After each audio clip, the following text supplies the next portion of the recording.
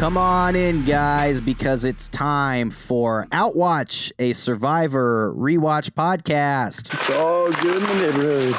It's all gravy, baby. It's all gravy, baby, on Outwatch.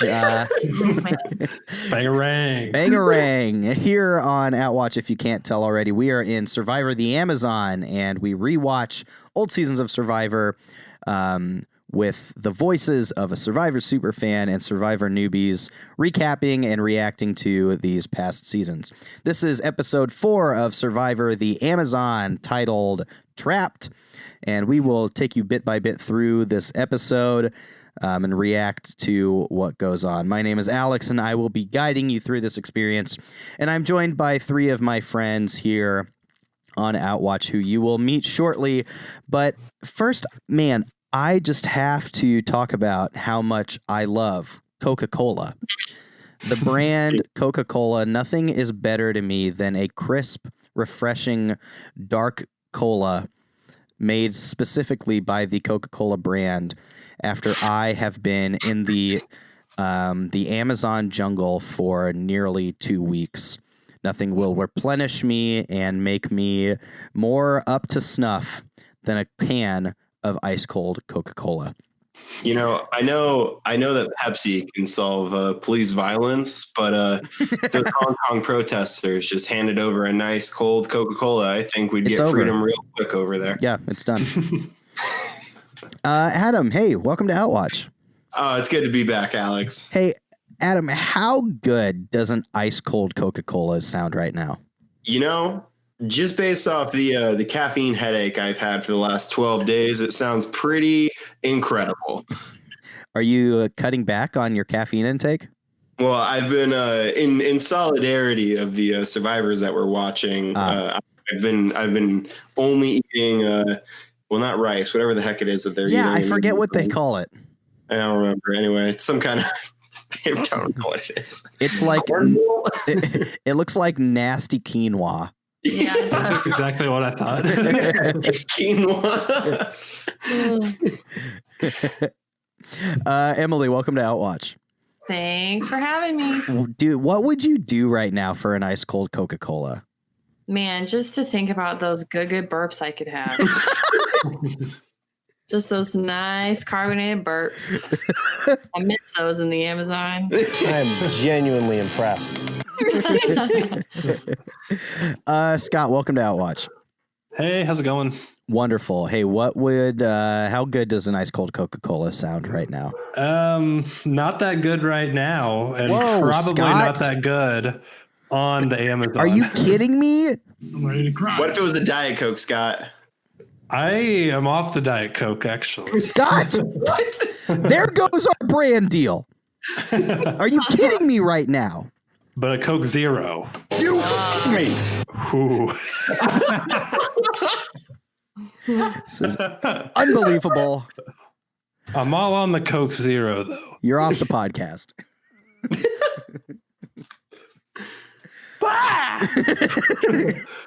I quit. You can't quit. I already fired you.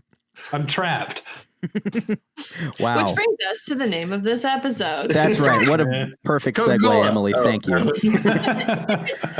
We are talking about episode 4 of Survivor the Amazon today, titled Trapped. And hey, folks, what do you say we just we hit those episode points beat by beat? What do you say? Let's do it. Beat by beat. I'd love to do that. A little beatbox under you. No, I need a diegetic music of hatchets and flint and wood yes. cutting. Yeah. I'll start hacking up wood. I say Emily only learned how to beatbox. She doesn't know how to. Yeah, I need to learn some new skills. Hold on. I'm waiting.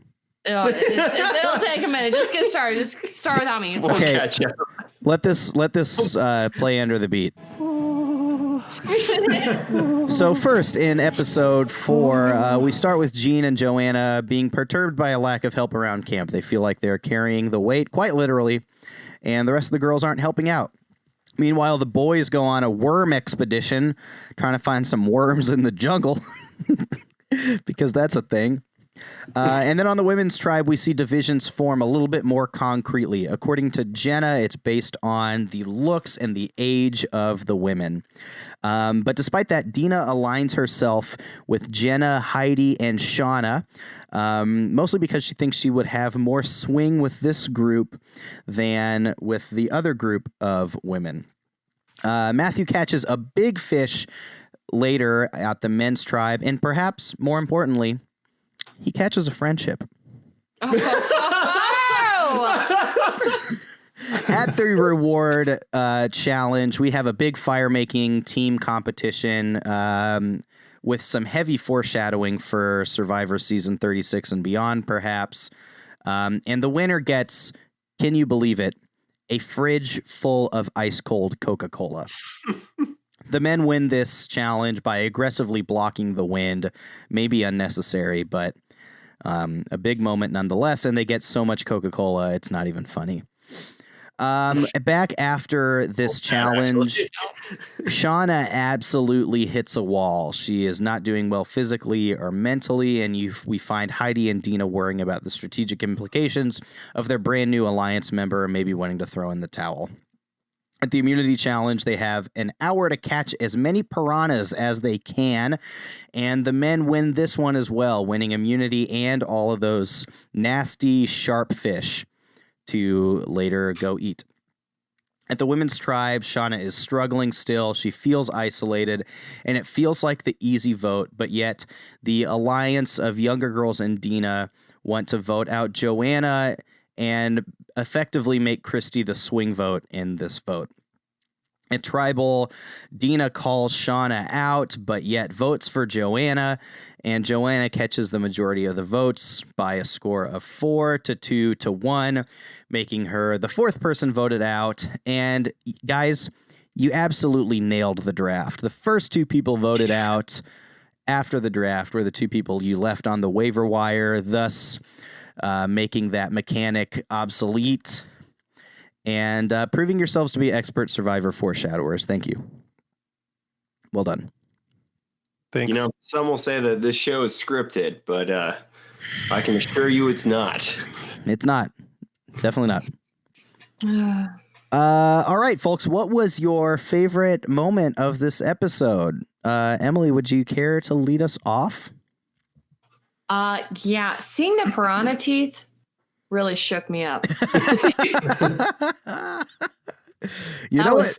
I had a moment where I looked at Adam and I was like, through some kind of process in the making of life, fish were given little tiny fish. An existential crisis. Little tiny fish. Like demon teeth. Like, why?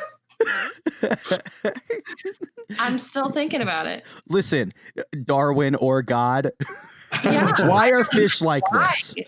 You know, everyone keeps complaining about the Amazon being on fire. I'm just saying, look at these fish, man. I don't know that we shouldn't put it. You know what I thought when I saw? Yeah, that was a joke. You know what I thought when I saw these nasty fish? What? I didn't know they made such an animal. Oh my God. Spot on. Even though I say that 10 times a day, I'm sad I didn't say it now. I'm all trying to say it. Scott, did you have a favorite moment of this episode? Yeah, I actually really liked the reward challenge with the fire. Yeah, that was fun. It's just because I don't feel like we've seen anything like that before, and it was kind of cool. Like I think both tribes were pretty even throughout, so it was really entertaining. I enjoyed it. Yeah, it was a good one. Great. Let's go through and discuss some of the bigger points of this episode. I think early on, right, we have this story that kind of sets things off in the women's tribe, which is Jean and Joanna feeling like they're doing the bulk of the work. And then Heidi interestingly responds in confessional saying that her relaxing is strategic, that she's saving up her energy and allowing other people to do the work out of a strategic motivation. Adam, do you buy this? You know, as happy as I am that we did leave two people on the waiver wire that were voted out immediately, I kind of wish I had the opportunity to use that waiver wire to get rid of Heidi. Whoa, your first overall pick. Ooh. Yeah. It's like the Bears souring on Mitchell Trubisky here. Adam is souring on Heidi. That was good. He's a football player. Whom the Bears traded up a number of picks to pick. No, I don't know. In some sense, I get it. Like what she was saying is that, how did she phrase it? She was like, we don't have as much fat to burn. So like Something they're like that. running on less energy is basically what her point was. Yeah. Which I get, but at the same time, like, that's a bad. That's bad science. That felt very pointed, and it felt like she was convincing herself. Yeah, that didn't feel like something that she genuinely believed. I don't know. I don't get this. Like, I think there's such a. I don't know. I feel like you just see the differences in strategy between later Survivor and early Survivor, where you're like, I can't get voted out during this stage. I got to get to the merge. Whereas it's almost like she's coasting until she gets to the merge. Mm-hmm. It's like, you got to get there. Yeah. It was also interesting for me. I was thinking about this when I was watching this scene of the women who were up early and actually working really hard. And they were kind of looking at the other women who were sleeping and kind of grumbling about that. And I was thinking, well, why don't you just wake them up? Like, you all have decided that you're a team and you're all, like, they even said, like, we all agreed to wake up early. So I felt like that would be a good excuse to wake them up and be like, hey, we agreed on this. Like, can you help out? But then I was wondering if that was a strategic move of saying, you know, by not waking them up and working hard on your own to make yourself very valuable and also not wanting to ruffle any feathers. I don't know. It was just interesting. Yeah. All around both sides. It sets the table for, I think, the rest of the social dynamics at the women's tribe this episode. Yeah. It's also, this is something that I always have a hard time remembering when we're talking about Survivor, is that they're on day, whatever, 11, 12, 13, 9 of 9 to 12 here. Of being underfed and underhydrated. Yeah. So it's like, this is very like Monday morning quarterbacking, and 16 years later, it's very, very Monday morning quarterbacking. Right.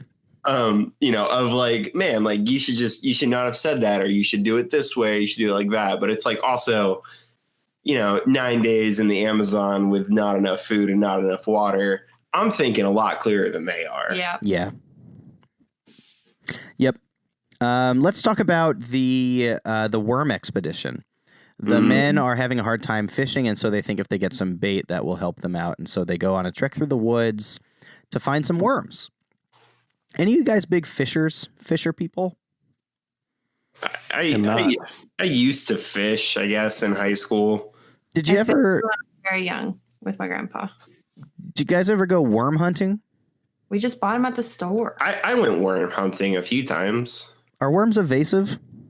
Not really. You just kind of dig them up out of the ground. It's really not that hard. It doesn't seem like it would be, does it? No. I don't know what was so difficult for them in here. Yeah, that's where I'm getting with this. They also found a baby scorpion at one point, and my thought was, that's probably good bait, but they let it go. And I was a little confused. I didn't know they made such an animal. What this does lead into, though, is Matthew identifying like not forming bonds with enough people as a problem. That the people he did form bonds with, and Ryan and Daniel, are now gone, and so he uses this fishing moment as an opportunity to catch a big fish the first time that the boys do so, but also to spend some one-on-one time with I think it's Alex and Dave, right? Yeah, I think so. Yeah.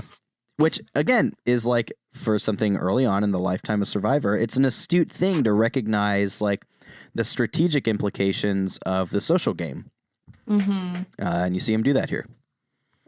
He seemed like very astute about that, because he was saying in a little confessional while all of this was happening, he was like, I aligned myself with 2 people who left, and I think that people are leaving me out at this point, but I know that I can fish, and so I'm going to do well here, and then I'll get people back. Yeah. So he was very calm about it, and it worked. Yeah, it was observant for sure. I think the other big strategic development at the early part of this episode, at least, is this coming together of this alliance on the women's side between Jenna, Heidi, and Shauna, which is pretty to be expected, but then them also approaching Dina, asking her to be a part of it, and then Dina signing on for it. What do you guys think about the choice from both the threesome of Jenna, Heidi, and Shauna, and also Dina, from both their perspectives with forming this alliance? Scott, what did you think when these four came together? It was both kind of random, but also I kind of see where both sides are coming from. So like the younger girls, obviously there's three of them. If they get with the leader of the pack, so to speak, like that gives you some legitimacy, and also you're in with the person kind of pulling the string, so to speak.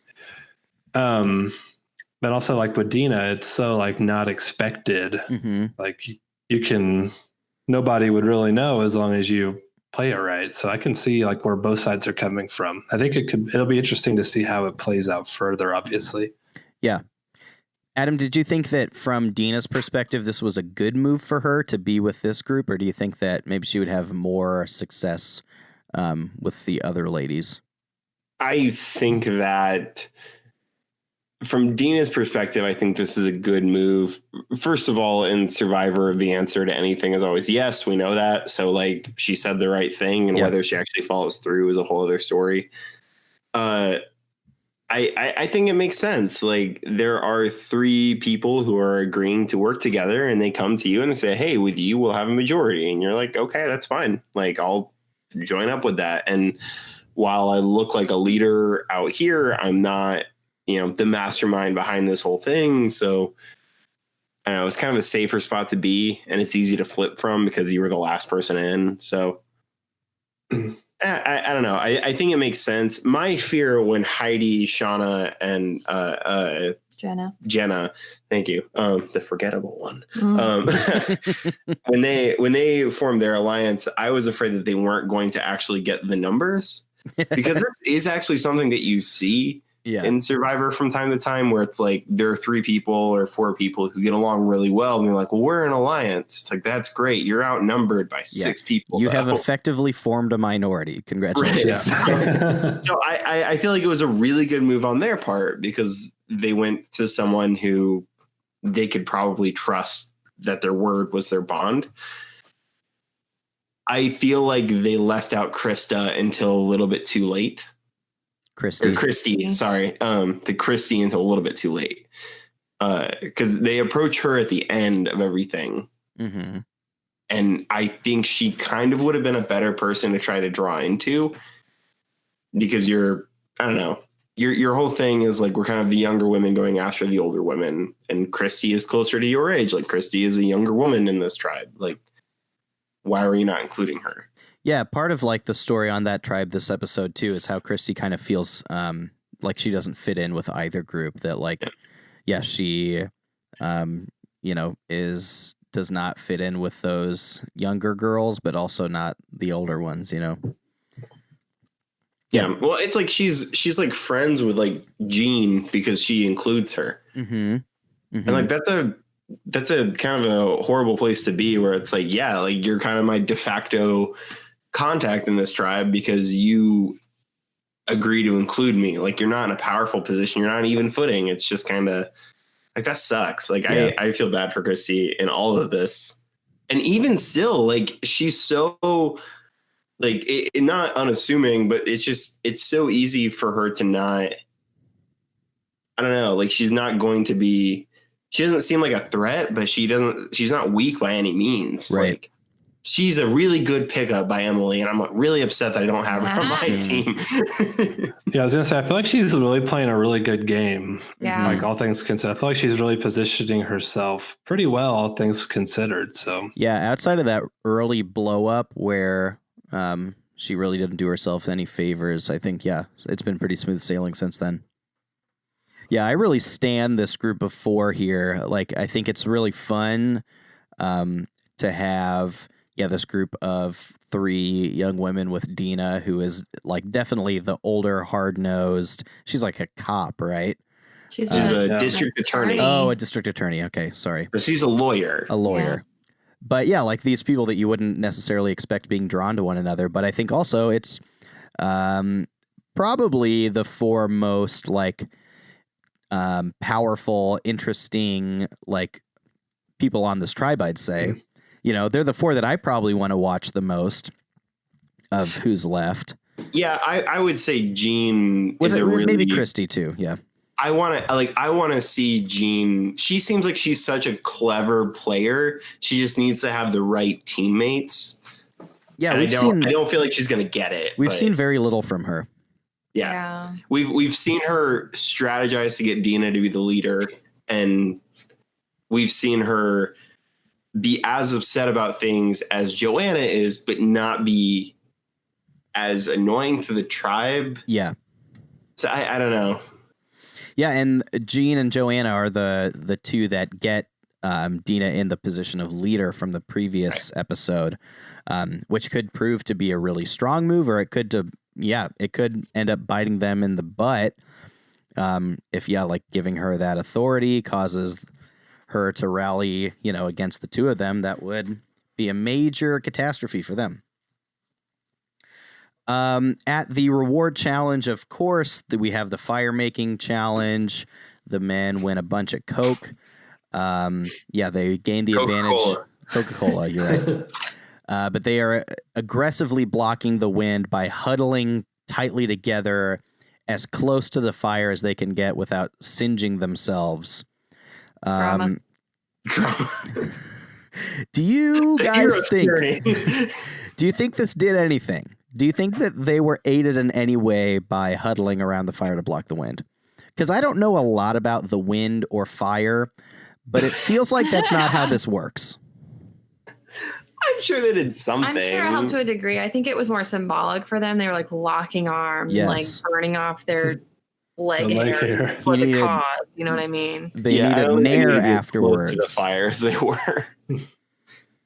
Yeah, I think you're right. It was like this coming together moment after the They also, by the end of it, finally figured out that if they put the fire not directly underneath the rope, like the wind will blow it towards the rope. Yeah, they got there.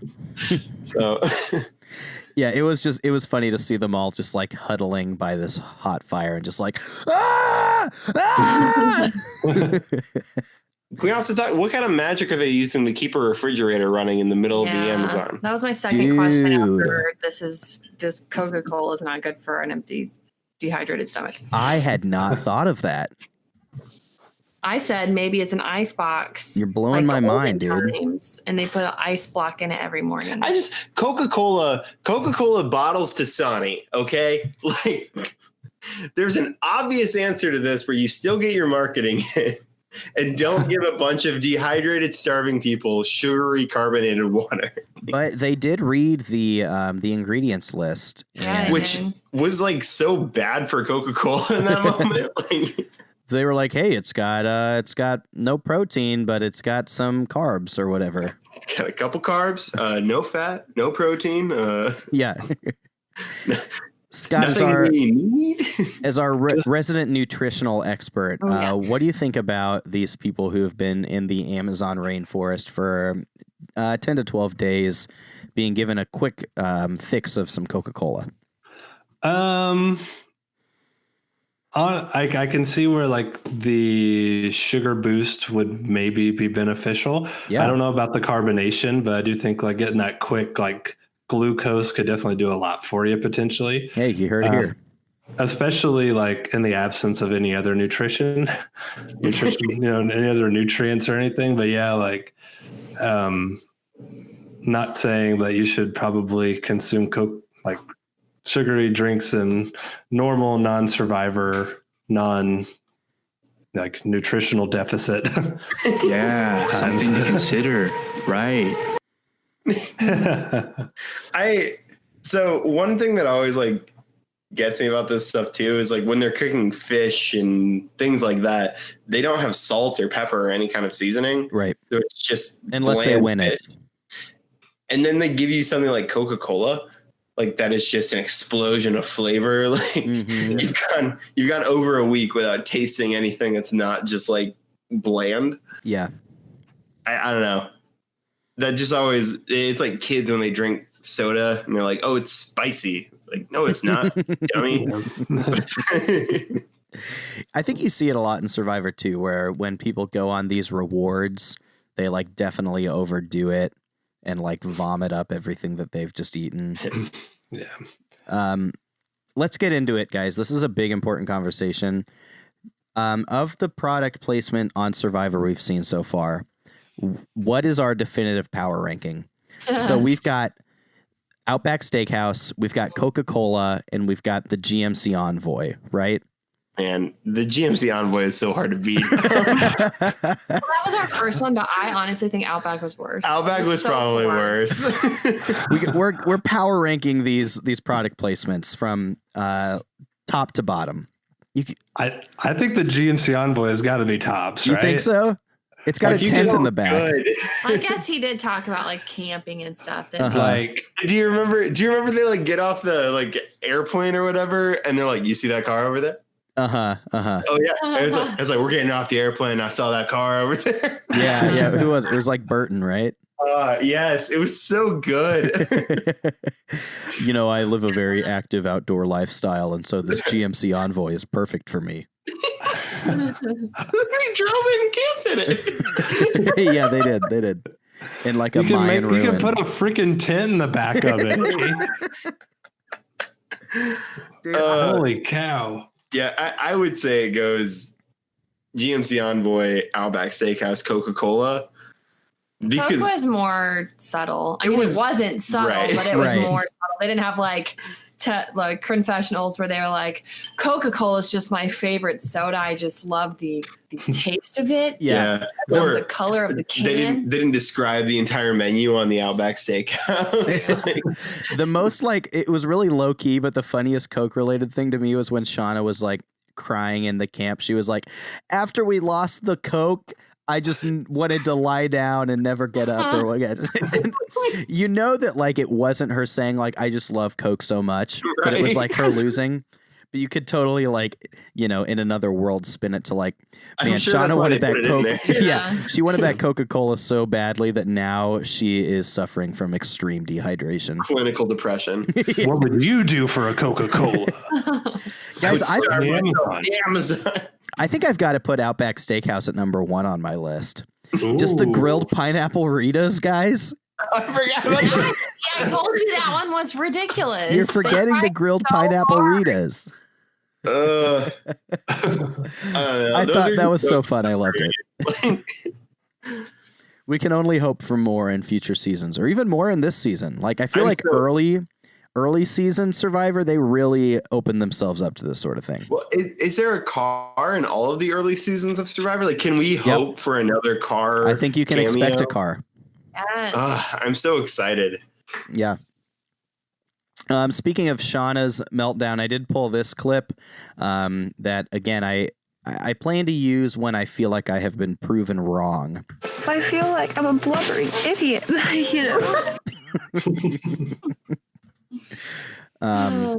Probably will be used a lot. Let's talk about the immunity challenge, the Survivor Piranha Fishing Championships. Beyond those fish being very scary because they are. Demon teeth. Emily, when you got over the fear of these fish, what did you think about this challenge? It was interesting. I was thinking about, because they were on separate pieces of land. It looked and I was that like, way. would that factor into how many fish they can catch? I don't know how fair that was. It was weird. I don't know. Yeah, I think it's as fair as you can make it, though. Right. I know. I'm just thinking like that is the something. challenge in itself would just have to, there's a more of an element of luck in it, I think. Yeah, this feels like it would have been a better reward challenge. Yeah. Because the felt stakes like are lower in reward challenge, and like the reward is, hey, you get all this fish and like maybe some additional fishing gear or something like that. Yeah. Like, it but feels then it would have gotten that sweet Coca-Cola spot. So Right. true. It feels like Survivor definitely like stocked it with these fish, right? Yeah. Yeah. Like, otherwise, how could you They be had sure to that have. they weren't, because they were getting so many freaking fish. Yeah, and they were all the same. Yeah. I feel like they have to have stocked it. Otherwise, like, how can you be sure that you're like, well, we caught 2 fish? Yeah, piranha, I guess like piranha are like schooling fish or whatever, and that like they run in groups. And so I'm sure that in some sense they could be running like fish sonar sensors and figuring out, okay, like pretty close to even densities of fish. But Come on. at the end of like it didn't happen. at the end of the day, it still is extremely like this is so much like luck based. This isn't a skills based thing. Yeah. As as other things have been. It's the skill of fishing. Yeah. But that's just like... But they had the same equipment, and it was very low tech, where it's like you put your fishing pole in the water. Although they did say when Jeff was just like floating by in his little that was boat, so funny. like, how's it going? And ahoy there! Yeah. How are they biting today? Yeah, and I think it was what's her name? Joanna? Nope. Sean. Heidi. She was like, yeah, my strategy is to get to the end of our boat to get into deeper water. I was like, okay, that makes sense. Like, try and get deeper or bigger fish, whatever. And then there was rocket scientist Dave, who was like, my system is to catch the fish that Roger gets and like put them in the basket and give him another rod that already has bait on it. So there was some strategy in it on both sides I saw, but ultimately, I don't know how far that will take anyone. Mm-hmm. I found this to be pretty fun. Like, I'm usually anti these kind of hokey challenges that, seem like here is one particular very odd skill, and if you have it, you win. I'm usually anti those challenges, but this was fun. Yeah, between Jeff doing his floating commentary, it was really stupid, but it was fun. This was also supposed to be like the last challenge with fire, and this one is fishing. Like they're all like survival-y things. Like, yeah. You guys ever played the fishing minigame in Final Fantasy 15? I thought you meant just like the little toy. Which, yes, I've played with the magnets. No, Alex, mean like I couldn't even tell you what system Final Fantasy 15 was on. It's a new one. Anyway, that's what this made me think of. Just fishing. And then the big storyline at the end of this episode is Shauna is down for the count. She's thinking about throwing in the towel, but the members of her alliance aren't necessarily willing to pull her plug, so to speak. And they, even if she maybe wants to get voted out, they are not necessarily willing to oblige that. Scott, what did you think about this conversation between Dina and Heidi and Jenna when Shauna was really struggling, weighing the strategic implications of her maybe going out?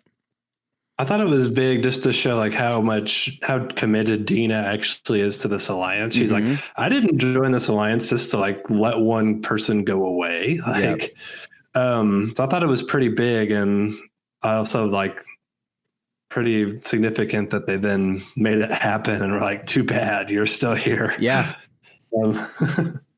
So I don't know. Yeah. Do you think that that's gonna bear any negative consequences in the future as far as their commitment with Shauna, where maybe she feels bitter about that, or do you think that'll rally trust between the four of them?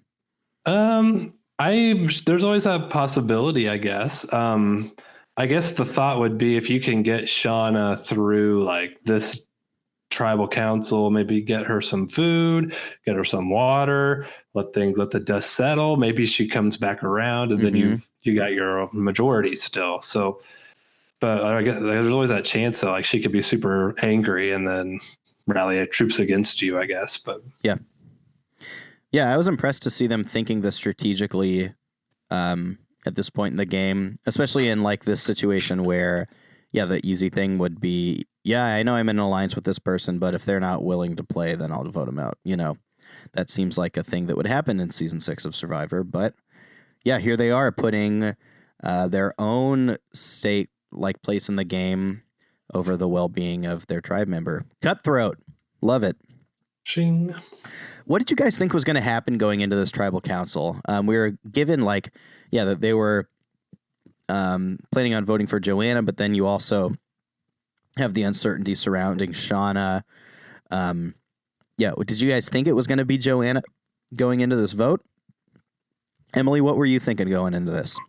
I kind of figured it would be her, but I really didn't want it to be her. And even when they were voting, I was trying to figure out if maybe numbers wise she wouldn't get voted out. I just didn't like this choice. Yeah. I think Joanna is at this point, she's just a better player than Shauna, and she deserves to be in the game. She works really hard and she's done well for the tribe. I think they're really that's the thing too, is I think they're really going to miss all of the work that she puts in around the tribe. And I know that they mentioned that she's like kind of annoying to them. And I'm sure that plays in like more than maybe I see watching the show and just thinking about the strategy. But even with them trying to keep their alliance together, I mean, the chances of Shauna just quitting after are pretty high, and then they'd be out 2 people anyway, and their alliance would be down to 3 people anyway. I think the better move would have been to get rid of Shauna and bring in Christy.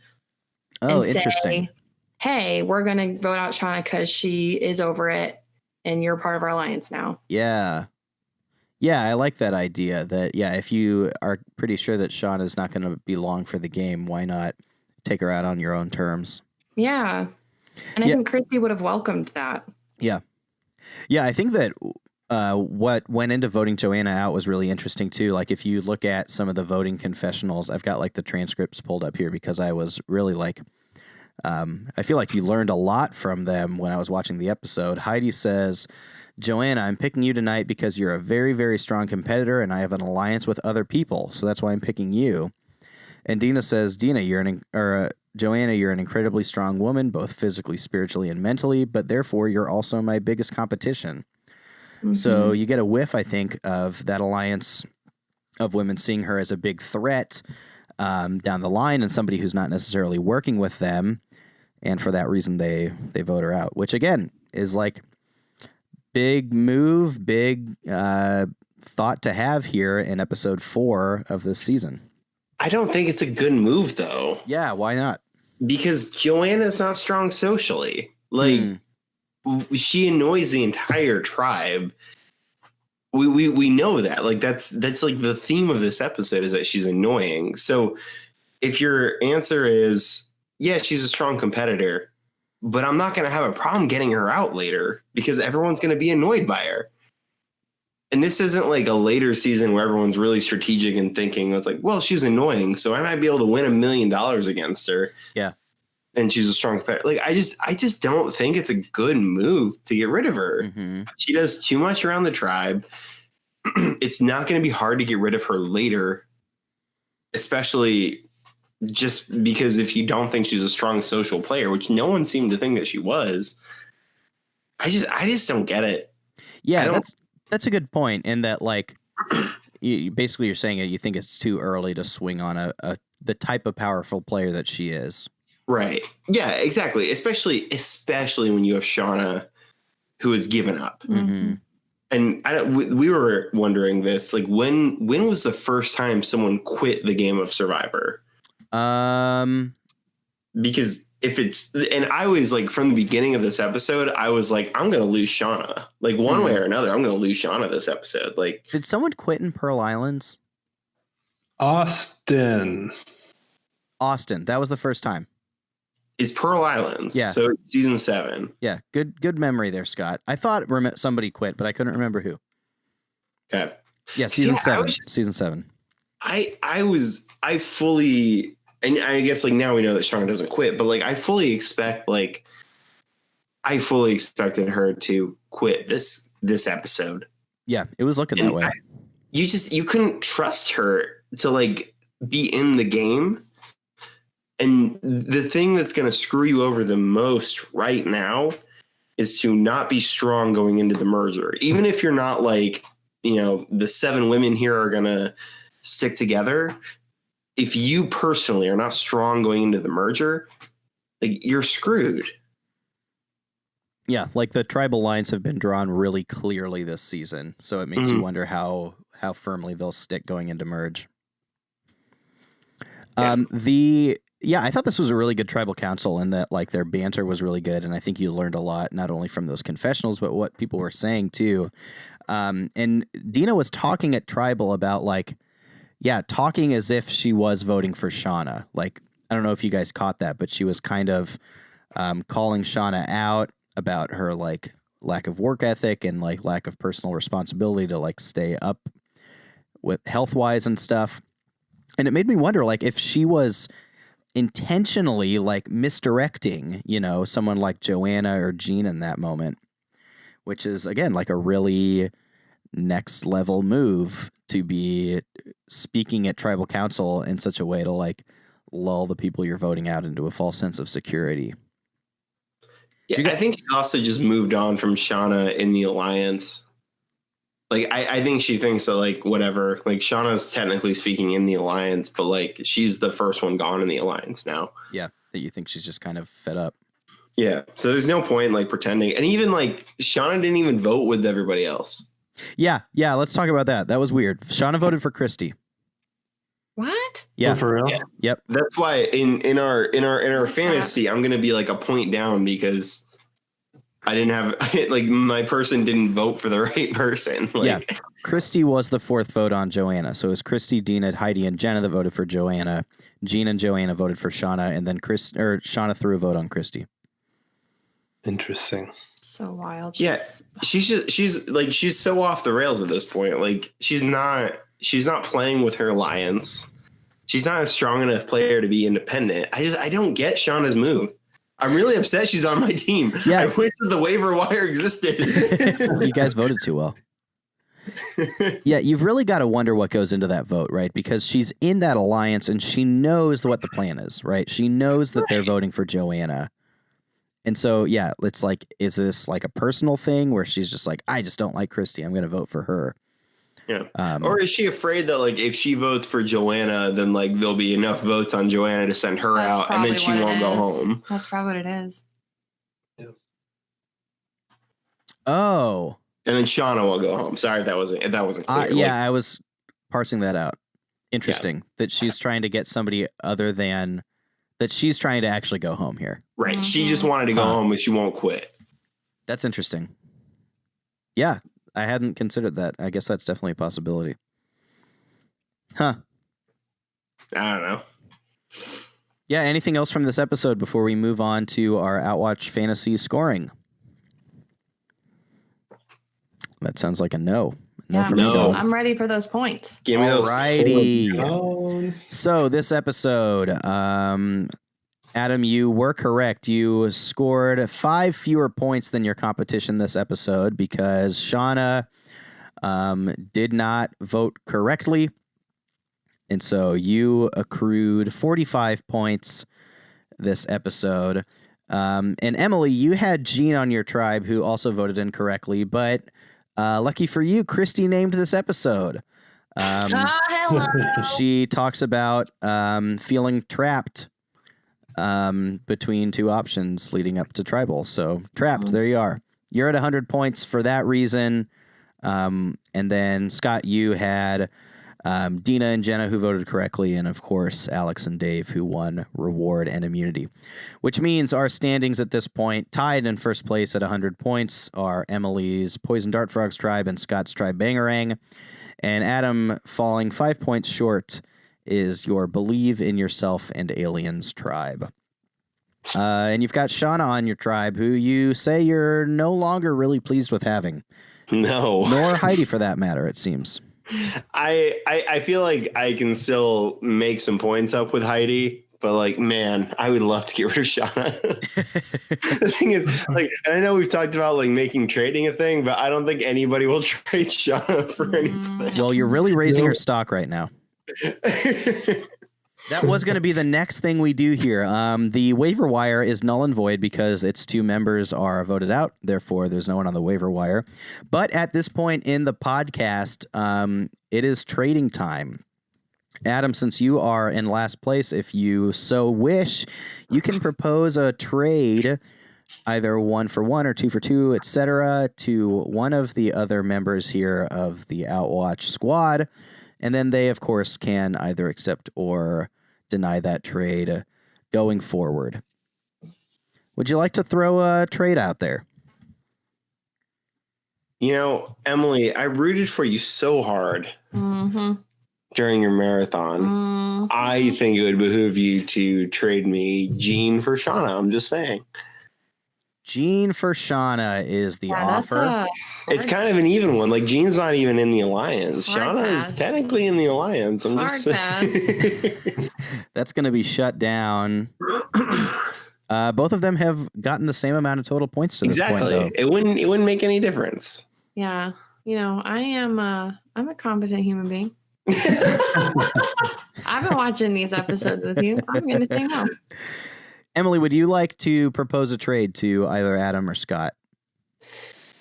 I'm good for now. Thanks. Holding firm. Scott, what about you? Any trades you would like to propose?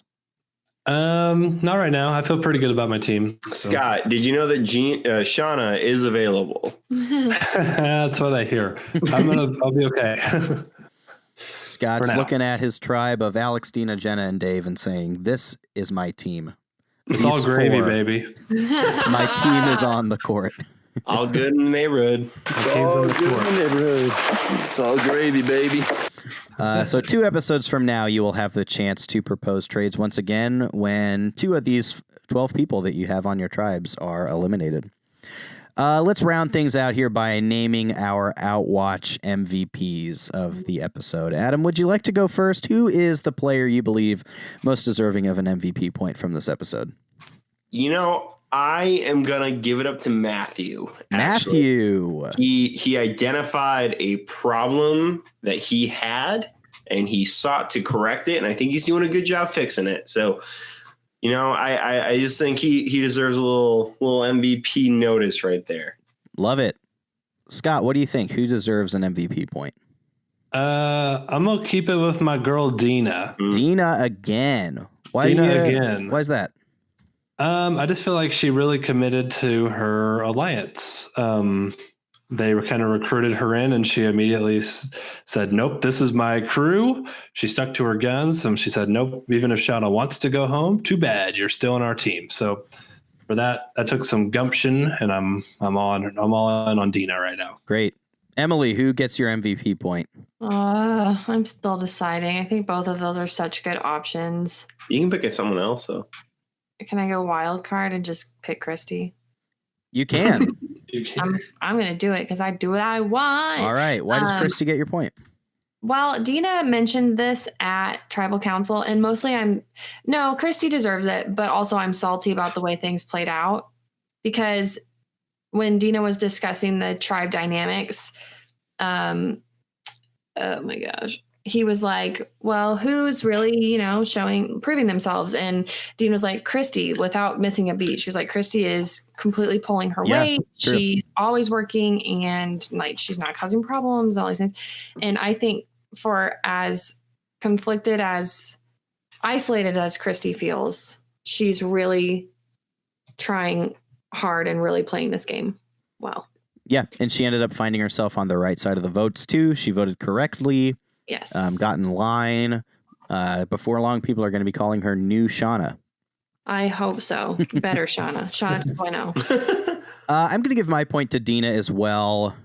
Another really strong episode from her, I thought. I think she's in a really strong position when you look at the game right now. And that she is in this alliance with these... with Shauna and Jenna and Heidi, but yet Christy and Jean seem to not dislike her. Just looks like she's in a great position. And Scott, like what you said, being able to kind of rally the forces to keep Shauna around, with that being in her best interest, was pretty impressive as well. There is one more thing we didn't talk about. Hit it. Sorry, you were talking about Dina, and I think she's a great player, and she's really like probably the strongest player that we've seen on either tribe at this point. But at one point, I think it was during this episode, Roger talks about how pathetic he thinks Rob is. Yeah, I think you're right. Yeah, because Rob's telling like goofy stories about like living in his mom's basement and stuff. He's talking about doing karaoke in like his basement. Oh, yeah, like something like, yeah, like Roger's a dick. Like, yeah, he is. We just needed to acknowledge that for a second because Rob is in no way pathetic there. Like, that's awesome. Yeah. Well, yeah. I also think it's interesting. I'm not agreeing with Roger, but I think Rob is definitely, he comes across as really goofy, but I think he's very calculated. Yeah, and he's I think playing Roger's playing into that, which is interesting. Yeah, Rob is playing up the character that he's created for himself very well. Yes. Yeah, definitely give him that for sure. His strategy is definitely to have this really like hardline strategic game, but to mask that with the like goofy kid who doesn't know how to talk to girls. Right. Mm-hmm. Yep. Anything else last minute before we wrap? Nope. That's it. All right. Thanks for listening to this episode of Outwatch. Make sure that you subscribe to this feed, whether you're on Spotify or iTunes or wherever else you get your podcasts, so you don't miss any more of our upcoming content on Survivor the Amazon. And follow us on Twitter at Outwatch Podcast. And we would love to hear your feedback in your response to our opening questions. What in the world would you do for an ice cold, refreshing pop, specifically Coca-Cola? Even a Coca-Cola vanilla or a cherry Coke, whatever your poison is. There were some cherry Cokes in there, according to they're all in the fridge. Everything's in the fridge here. Fully loaded fridge. The magic fridge. Fully stocked, ready to go. Oh, and actually I have an answer to your question, Adam. How do they keep that refrigerator running? Well, the polar bear, he comes every day and just like breathes the Coke polar bear breath into the refrigerator. Yeah. And, not the lost polar bear. That's what I thought you were making a Lost joke. No. I don't watch that show. I'm talking about marketing. And if you're interested in more Lost talk, tune into our other podcast. That'll be our next pod. Lost in Translation, where we dissect the mid 2000s phenomenon that is Lost. I'm actually a new Lost recap podcast with some other podcasters that I started recently. It's called Down the Hatch, hosted by Josh Wigler and Mike Bloom. If y'all are Lost fans, I highly recommend it. It's wonderful. I've been listening to that recently.